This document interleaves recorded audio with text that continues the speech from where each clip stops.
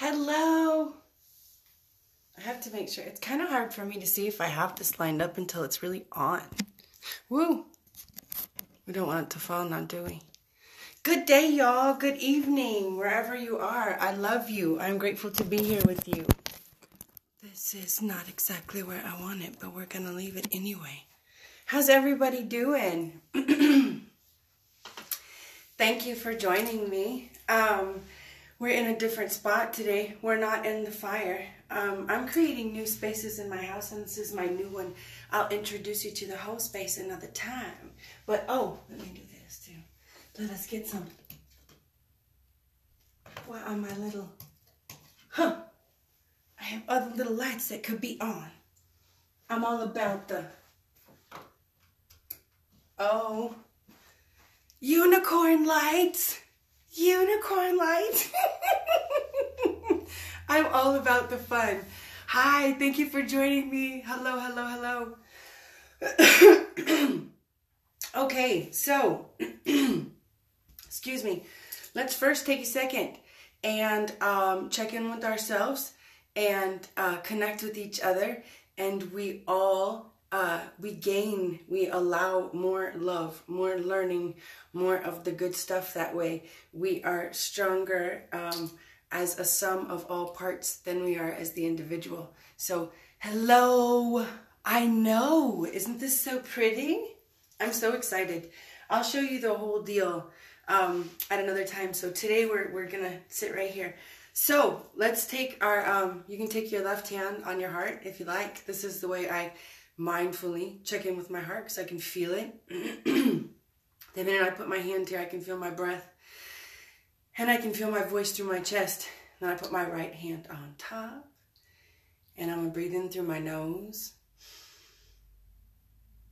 And out through my mouth. In through my nose. Out through my mouth.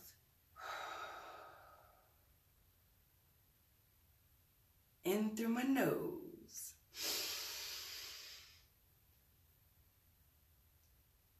And out through my mouth.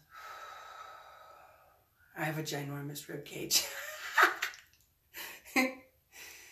Feel those deep cleansing breaths. And doesn't it just feel good to feel yourself breathe? I mean, do you feel how much you calm down just from those simple breaths? So, to a higher power of your choice, whatever words you use, let us say hello, good evening, and we are grateful to be here and grateful to be here together. And we consciously intend to allow all the wisdom and the knowledge and the love and the learning and the connection and the solutions to come forth to each of us, through each of us, so that in our connection and our time together tonight, we're the most useful and the most joyous and the most present. Gratefully so, and so it is. All right, so we're going to talk about checking in with self tonight, calming down, and that lovely A word, anxiety, that everybody acts like is a mainstay word nowadays. And you know what else they do? Let me tell you. They put the letters M and Y right before that nasty word. They say things like my and then that. I'm not going to say it. No. But that's what they do. They talk about my putting my before it, giving ownership of it. Ownership over something that wants to own you and not in a good way. No, don't do it. Don't do it. Free yourself of that nasty death sentence. Don't call it my this, my that nasty crap that don't want nothing good to do with you. This is the love frequency. I'm just going to play this for a second. I don't know. I felt like it. I don't know. We're winging it. So, we're talking about anxiety. We're talking about calming down. Really, anxiety is created from a lack of connection with self. And and connection to source within. Because if we were in our divine alignment and divine flow, then we would be receiving all love available, all healing available, all divine wisdom, all divine understanding and knowing, and there would be no need for angst or anxiousness or dis-ease or discomfort of any kind, right? So, on a very simple level, any kind of angst, anxiety is a disconnection from self and source. So, that's a real simple statement. But then we talk about relationship with self. And that's a pretty foreign concept for most of us until we've had need to explore it and develop that relationship. So, I wanted to tell you about a student teacher that I work with. He is lovely. Pardon me. Where's my water? And he is so excited about growing and learning that even when I asked if I do ask people if I can share some details about them sometimes, even though I don't share their names and you would never know who I'm talking about, but still, if I'm going to share any details, I do ask, like, out of respect for them, if it's okay with them. So he was eager to share.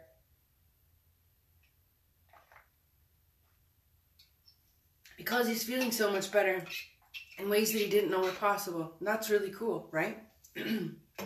So, when we first started working together, his first, what he, like the chief complaint was, I feel like I don't know what to do with myself. He had recently lost his job, and a job that he'd had for a really long time.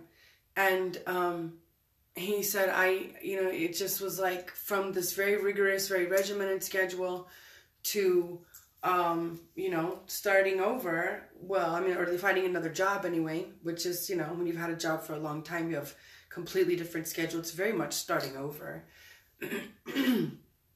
And he's like, I don't know what to do with myself. And so the very first things that I had him work on were grounding, just touching the earth every day, getting outside and touching the earth every day for a minimum of 10 minutes. And so you either walk barefoot, depending on the climate and where you live, or you can, sit on a blanket. You can touch the earth in any way, as long as there's no rubber barrier between you and the earth, okay? So that was number one. And then number two was to make a list of the things he finds fun. A list of his creative gifts.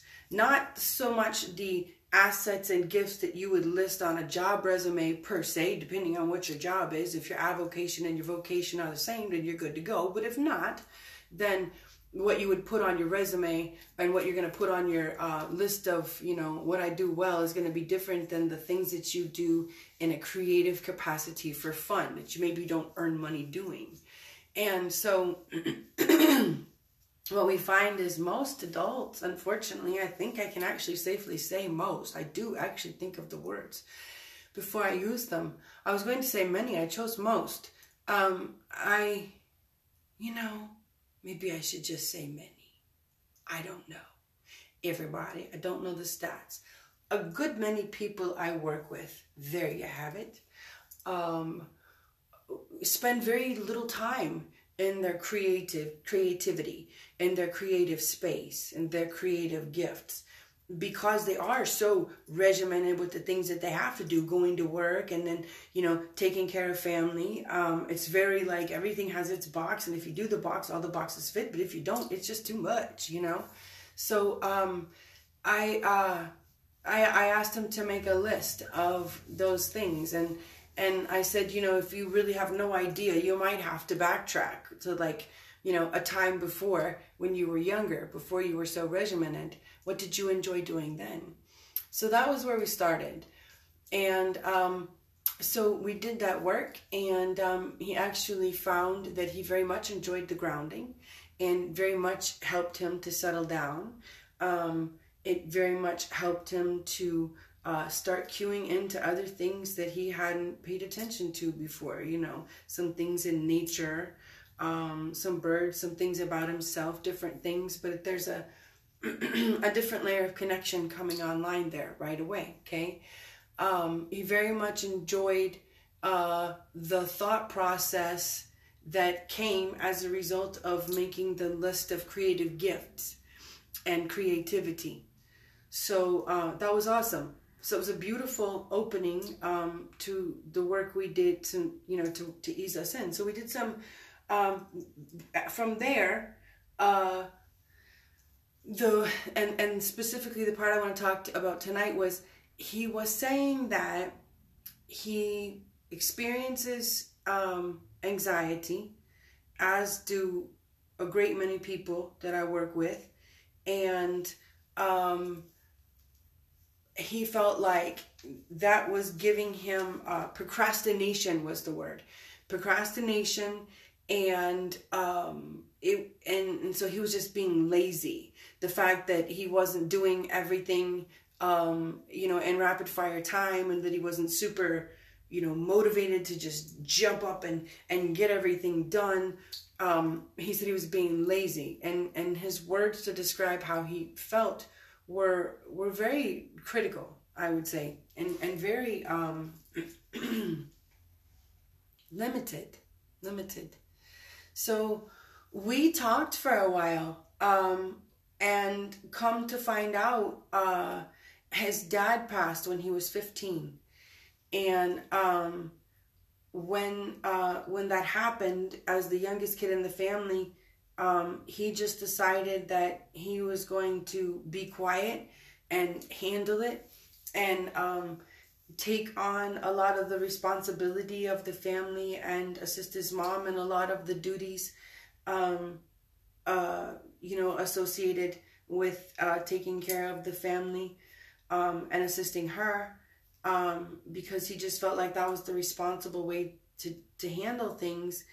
And he felt that in trying to do things in very much a similar way to when his dad had been there, that sort of preserved the memory of his dad.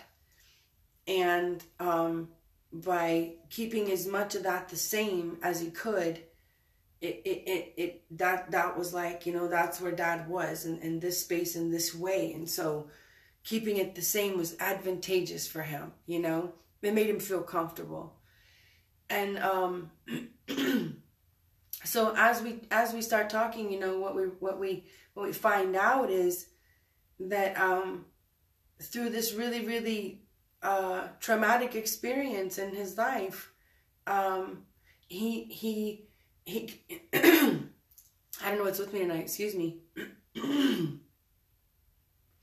He becomes, not consciously, of course, but, you know, he becomes trapped inside himself, and he never, he doesn't ask himself what he needs. He doesn't ask himself if he's okay.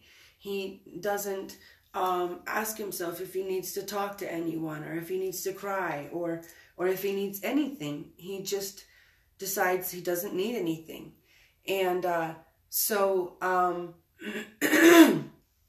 of course, you know, these behaviors and ways of being become quickly enforced, and this becomes his way of operating. This is his MO at this point, you know, this is the way he does things. So this becomes his role in the family. And, you know, that quickly we typecast ourselves. And I say we typecast ourselves because we could say that, you know, others made me choose this, but we chose it, you know, we choose this. Something is tickling the heck out of my throat. I'm sorry. Excuse me. Let's try again. Maybe I'll hold the water in my hand now. So what we find is that he doesn't know how to soothe himself, to check in with himself. to have any kind of a nurturing dialogue for self. He has very cut and dry views. He's very dutiful to his family. He has a lot of family duties to this day. And he just sees it as the way, you're supposed to do things. And so when he's doing all these things, if anything else comes online and he feels tired or not energetic to do it, then he labels himself lazy or procrastinating if he doesn't just jump to it and do it right away. And he sees himself as falling short and not being dutiful. And yet he is, like totally maintaining all his duties and then some. So there's no margin for, error.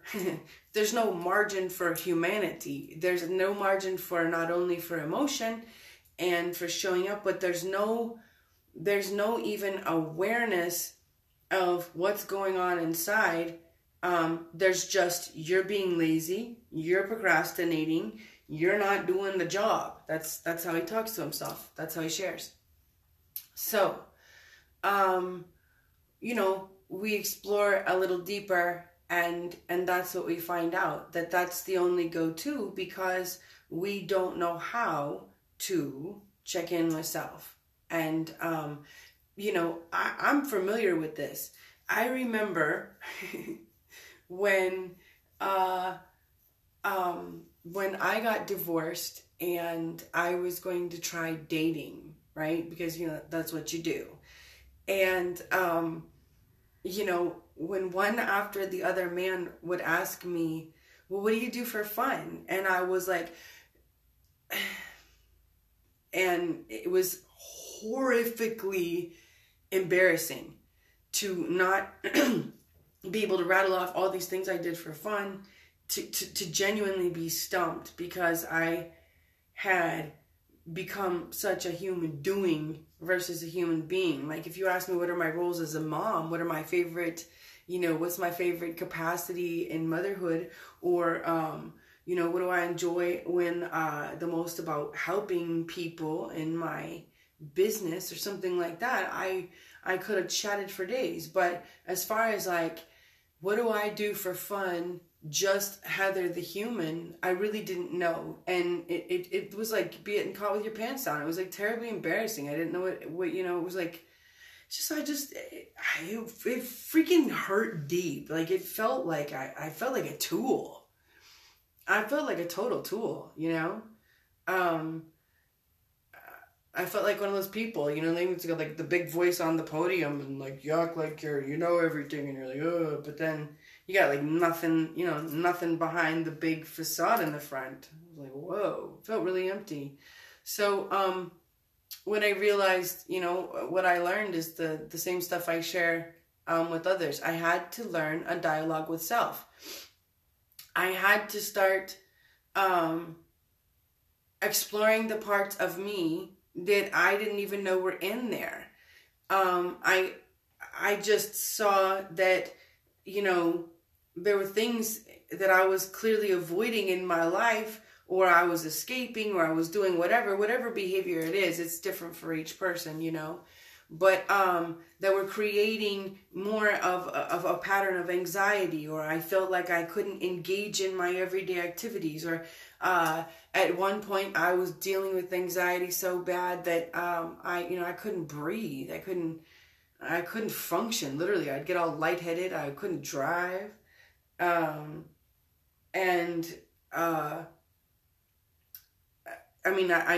get it, I get it. I've been there. So I had to learn to get in touch with myself, which when people would say that to me, I'm like, that's great. Thanks. I appreciate that. Like, get in touch with yourself. Cool. That's cool. I understand that. Like, could I have a how-to plan? Right. And so as simple as it sounds,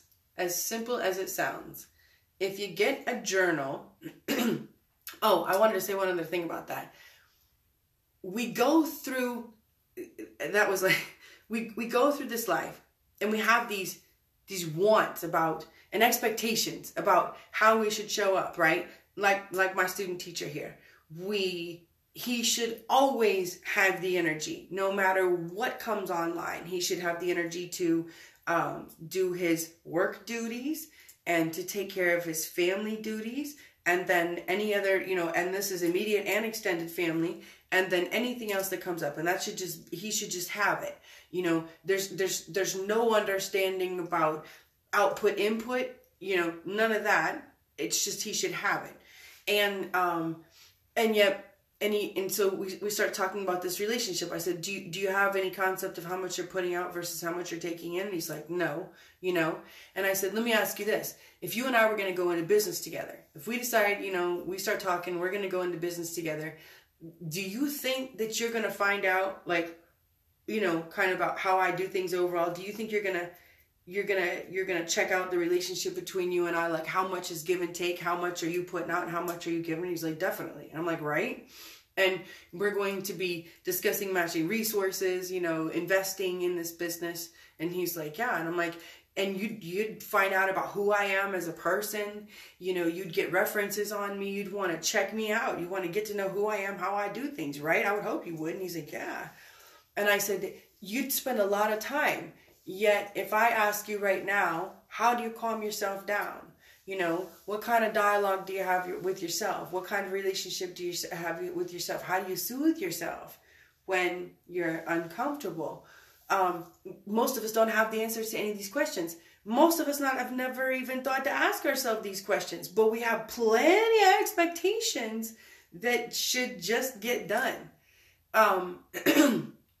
But if you take that dynamic, if you had an employee, you'd give them the list of expectations, right? Well, you'd have communication with them too. You'd also know, to begin with, what they were capable of. You would have had an interview with them. You'd have had some communication and connection to begin with.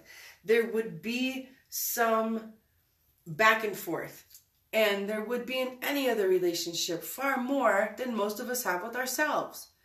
So, you begin at the beginning with yourself, just like you would begin with any other relationship. You sit down, get yourself a notebook, sit down, and say, hi, me. Hi, I'm here. I'm ready to meet you. Seriously, as silly as it sounds. You can do this in front of the mirror. If that's too much and bugs you out, just sit with your notebook, Say hi. Ask yourself what you need, what you like, what you want. What you want is like a profound question for most of us. And then get quiet and listen to the answers. And then don't judge them. That's one of the most beautiful aspects of this process. To listen with a child's ear and a child's heart. And there's no wrong answers and everything is right. And your words are free. Meaning like you could be like, I want to be a turtle. And that's the right answer. That's the right answer. Then you want to be a turtle, write that down. Allow all parts of you to start coming to talk. Depending on how this moves forward for you and your comfort level and how you feel during this process, you might want to do it just for 10 minutes in a time of the day when you feel particularly settled down and calm. And right after grounding is ideal, or even during grounding, take the notebook outside with you, and just ask those questions to yourself. Hey, self. Hi, I'm here. How are you? What do you like today? What do you want today? What do you feel like? What should we do? And then honor that. And if you get some when I started doing this, I was going through, when I started this particular process, this dialogue with self, I was going through a time where I was really getting in touch with, it sounds so cliche, but it is what it is, my inner child, with the really young aspect of myself. And so I would get these really silly answers. Like I wanted to make forts in the dirt. That's what I got. And so I would tell that part of myself, that's an awesome answer. Just like I would my kid. I would never say to my kid, well, that's stupid. Well, that's a stupid thing to do. My God, that makes me want to cry even just saying that. You know? That's horrible. Oh, I would never do that to a child, but I judge that part of me in the past all the time. All the time. So, so if I hear a part of me that says something that I think is silly like that, like I want to make forts in the dirt, then I'm like, that's a wonderful answer. Let's do that. And that goes on the priority list for the day. You know, it only takes 5-10 minutes to honor something like that, to go sit outside and make a little fort in the dirt and allow that beautiful creative little space in you to play. Because I tell you what, as you nurture that space, and as you learn to listen to yourself and say, you know, oh, okay, that's how you feel. Well, what could we do that would make you feel more comfortable? You start to tune in to that beautiful dialogue, that beautiful stream that streams for only you. You know, no one can hear it for you. No one can discern it better than you.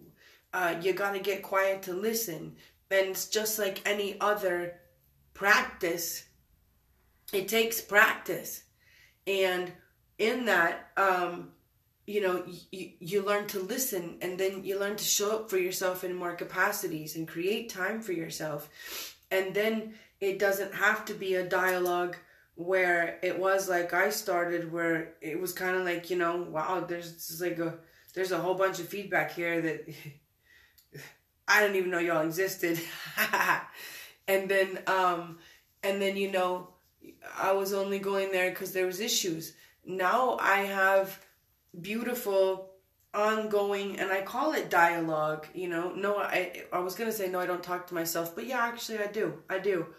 I have ongoing dialogue with a good many aspects of my biology, and it allows me to get feedback and to show up for myself in the ways that I need and I desire, so I feel comfortable. Because what we find is, it's not really that we're lazy. It's not really that we're procrastinating. It's not really that we're yucky at anything. It's that we're feeling unsafe, uncomfortable in some way. So we are gridlocked and fear-locked to move forward or to show up in the capacity that we need to.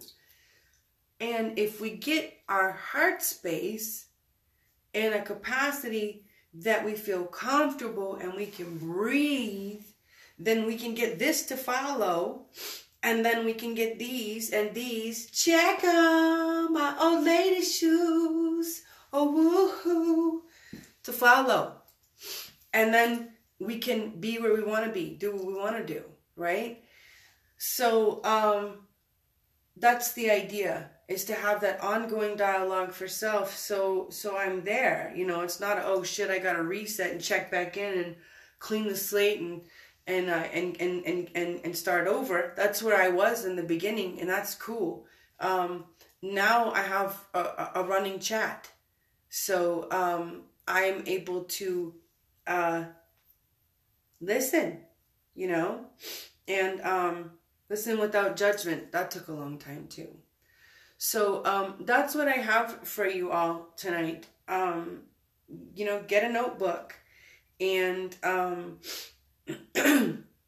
I think the 3 key questions are, well, first say hi, and then what do you like, what do you need, and what do you want? And do that with some grounding. Again, I'll link some articles for grounding earthing, the Schumann resonance, the same chatta chatta as usual. I gotta figure out some things to do better with these lights. My eyes are sleepy by this time of night, and so some of the lights kind of bug me out a little bit. I thought this would be a little better. It is a lot better. But I feel like I'm looking at you guys funny sometimes. So let me see what y'all are chatting. It is beautiful to see you. Denise, I'm so happy to see you. Oh, you're up late with me too, girlfriend. I love you. You up late night. Let me ask you, do you experience, or I shouldn't ask you on here. I shouldn't ask you that live. That wouldn't be very nice. Let me volunteer your own information. You're fine, hun. I's tired too. Yeah, I like very little. I like very, very little light at nighttime. Actually, I love sunlight, but that's really pretty much it. I like lights like this. Like, that's my favorite. Those are dreamy to me. Do I ask you? Oh, I was going to say, I mean, I think all of us experience anxiety on some level. I mean, you know, unless you're in full connection and harmony every second of the day, but that would be, that's like master, you know? So I was going to say, do you notice a difference in your, let's say, comfort level, based on when you're grounding and not grounding? You're funny. I don't have to answer. Exactly. Do you feel a difference in your comfort level for the day? Do you feel the benefits of grounding in your comfort and, what's the word I'm looking for? The intent is calmness, balance. There you go. That's what I'm trying to say. Most def. Yeah, it's like night and day difference to me. In fact, I would like to say that I'm regimented now. I don't, I remember to do it every day. But when I was first getting in the pattern of it, of like making it a pattern to go out there every day, that would be what allowed me to remember sometimes that that I forgot, because I would be like, kind of edgy and like, you know, just, you know, I would feel like this, like I can't calm down, like I'm overly charged up, and then I'd be like, I forgot to ground. So yeah, it's a complete and total difference. I was gonna say something else.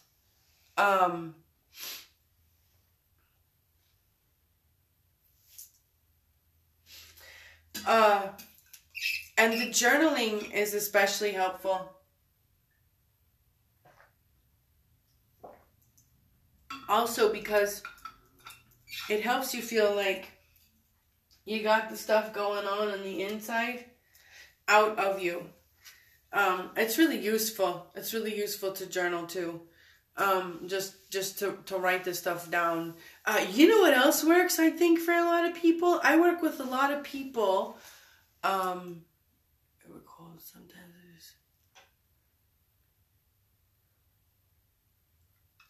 is. Dude, it's been super cold. I go in my socks and then I take them off when I come inside.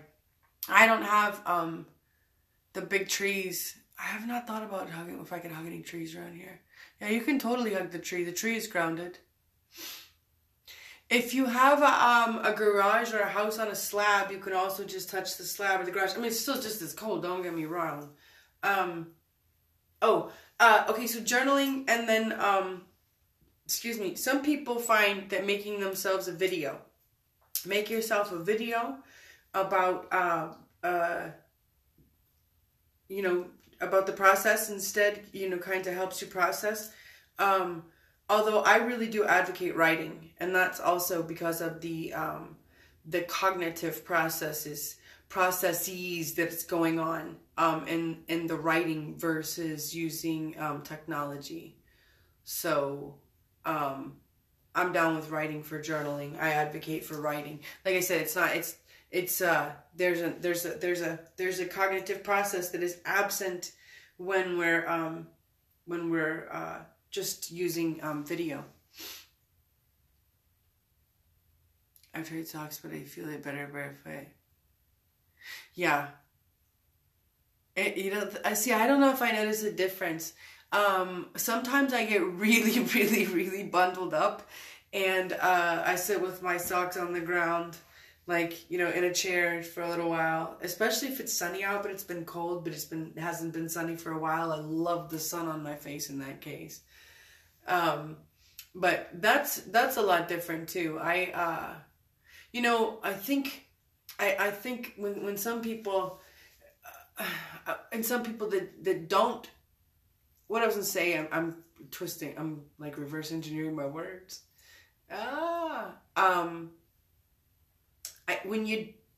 If you don't know something good, then you don't know the absence of it. If you've never known the good life, then you don't even know it exists. You don't know it's missing, right? So, I think that for a whole bunch of people, they're not missing it, of course, because they don't even know that the balance is so readily available. But once you become accustomed to feeling better and relaxing, and just like, how would you even say, an inherent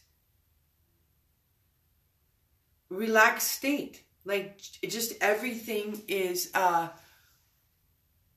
more chill. Every system in my body, my emotional state, my responses, my reactions, everything just feels more balanced and calm. Like, do you know what's funny? What I was gonna say, I would say less puffy. It feels less puffy, which is funny because by grounding I was gonna say reducing, but we're squashing systemic inflammation. So that is the way it feels, less puffy, and less puffy, less volatile, less anxious, less triggered. All of it has, is all in the same thing. So it's not hugely important. It's like literally like saying drinking water is hugely important. It's imperative. It's imperative. For a healthy life, to be a healthy being. Yeah, and we can all do it, for free each and every day, and feel better immediately. Absolutely immediately. And you can see it. You can see it in people. I can see in those that tell me they're going to do it, and then those that are. And it's beautiful. It's a truly beautiful, freedom. People just seem lighter and brighter, and like they can breathe better, and like, if it's going to be okay a little bit more. So it's a wonderful practice to implement. Breathing.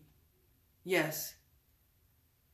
Yeah, it does tickle. And I notice if my nose is at all plugged up, then my nose unplugs.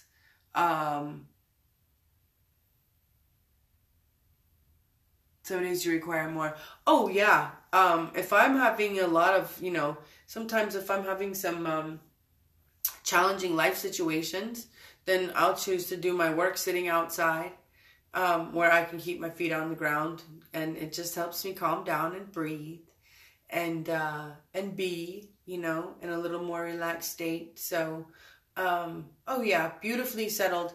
And it's funny because, my son and I love being outside so much. It was such a deciding factor in the house we chose. The yard more than the house. It's so funny. And, when it's nicer weather, we would prefer to be outside than inside. I would pretty much prefer to do most everything outside. And it's the same thing. I mean, why? Other than I feel better. Because I feel better out there. So, it's kind of why we came without structures over our heads. You know what I mean?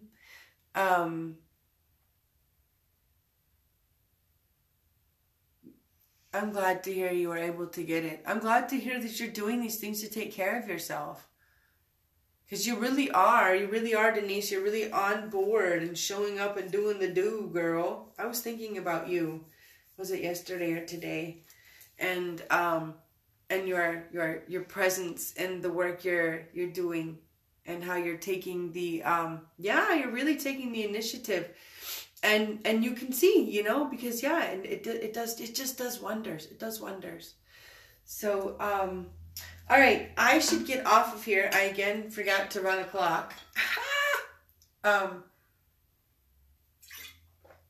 told myself there was something else to tell you guys tonight. I can't remember what it was. I don't know. I'll get it together. Eventually, I'll get organized on this shindig hootenanny chat. Don't feel good enough when I try things to make myself feel better about myself. To get to know myself. Journaling and allowing myself to be happy. I feel silly. Oops. All right, well, let's explore that, Ms. Alexandra. If we may. First of all, hi, Alexandra. I love you. I'm grateful you're here. Thank you for joining me.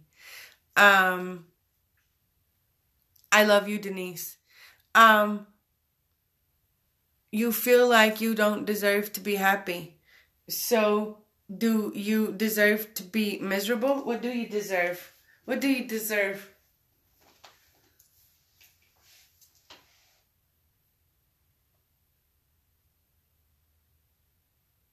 You feel silly. Oh, it's you, Denise.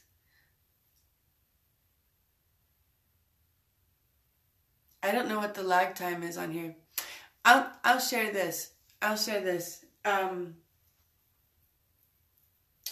work a process. I created a system called the Be Human Recalibration System, which is a 10-part system to basically creating the life of your desires and being the person you want to be. And in the first section, we clean the slate. We clean out some of the junk that we're holding on to right now. The beliefs that say things like it's silly to journal, or it's silly to want things, or you're not good enough, right? We work a process to clean that out just enough to access some of the good stuff that's in there, right? Some of the good, most of us had some good ideas at some point that we were capable of somewhere in there, right? So we get a hold of that. And then we work a process that I call create the character, where we basically kind of play dress up. We kind of play dress up, and we create a character that's of our own imagination, who has some of the stuff that we don't think we have. Okay? Now, I share that because you can't screw up dress up, right? Like, when you play dress up, you can be anything you want to be. And you can't be like, well, those shoes don't match. You know what I mean? When you play dress up, you can, there's no, you can't screw up dress up. You like whoever you want to be, right? So, when you play a dress up character, then, there's no wrong way to do it. All right. So, like, I used to have a ton of limits for Heather. I'll tell you this. Let me read this before this goes. Feeling you need to be happy when it's hard to explain. Ooh, I think you just answered it. You said your mind. I mean, yep. Okay. Cool. All right. I'm gonna come back to that. So, I had all these limits for Heather. Much like you just say, in your words right here, in your words say your mind destroys it. Yeah, the mind is a crazy thing. That mind has all these beliefs running through there. This is this, this is this, this is this, that is that. We got to get in touch with our heart. There's always a beautiful song in there, and beautiful words, and a beautiful voice. But sometimes we have to get really, really quiet. We have to peel some layers to get in touch with all that goodness that's going on within there. So, for me personally, I had a bunch of really limiting understandings and beliefs about Heather. Heather is only allowed to do things a certain way. And I guess I just was, back in the day when I was first getting sober, I honestly didn't think I was. Let me take you back. Let's just go back for a second. Hold up real quick. Hold up. Wait a second. So, Alexandra, I don't know when you joined the Chieftess tribe, but I'm a recovering addict and alcoholic. I used to wreck house, not in a good way. I used to wreck me. I used to wreck everything else. I used to wreck everything. And when I would start to get things good, I would pretty much just wreck it after that. And the truth was, I didn't think I was good enough for anything. I had a deep, deep self-loathing. I had a deep, deep, deep yuck unlove for self. And so I pretty much tried to jack up everything in my life and in my path. Some of it on a conscious level, some of it not on a conscious level.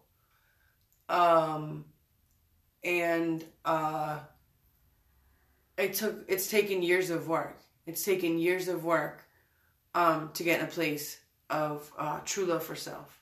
It's taken years of the hardest work I've ever done.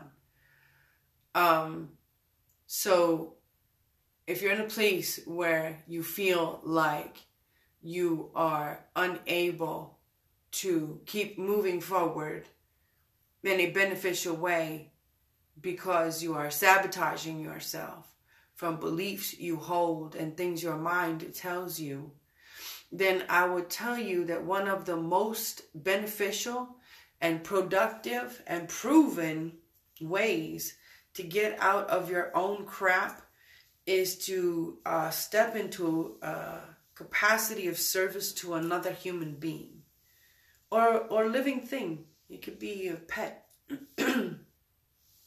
So if you decide to help another in some way, some ways would be like you can go to local pet stores and take time with the pets, and they need people to pet the pets that are in the cages and stuff like that, and hold the pets and help there. There are always elderly homes that would love a visit. Some people just want to talk to somebody. Bring a deck of cards. Tell some jokes. There's always local soup kitchens.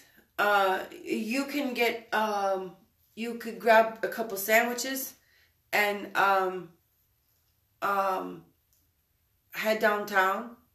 Head into, wherever, and have lunch with someone who doesn't have lunch, may not have a home. There are local organizations, YMCA, school if you're a parent, whatever. But step into a service capacity. Find a way to be of service to your community, and I'll tell you why.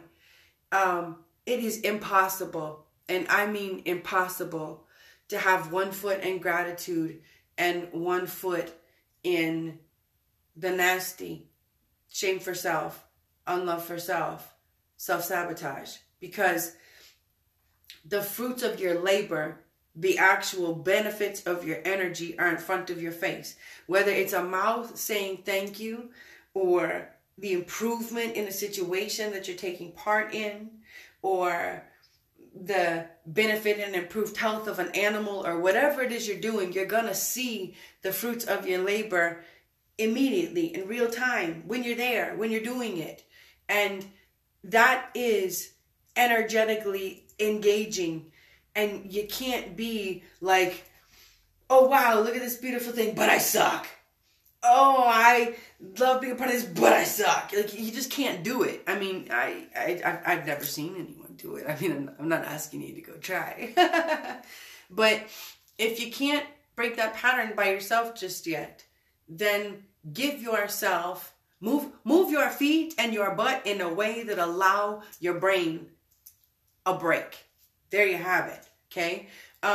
If you can't, sit and consciously unplug from that circuit, because chances are you've been thinking this way, feeling this way for a while, then do something physically, engage in a behavior that forces a disconnect from that circuit. You know, you don't have to just sit there and be like, well, the journaling makes me feel like crap, so I'm going to sit there and try it some more.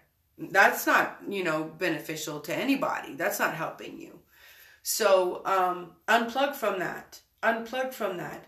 Find appreciation for your life, for the air you breathe and the energy you are of and are being in the fruits of your labor. If you don't appreciate yourself as the beautiful child of God and being of this universe that you are, go do something for someone. Go be of assistance to another.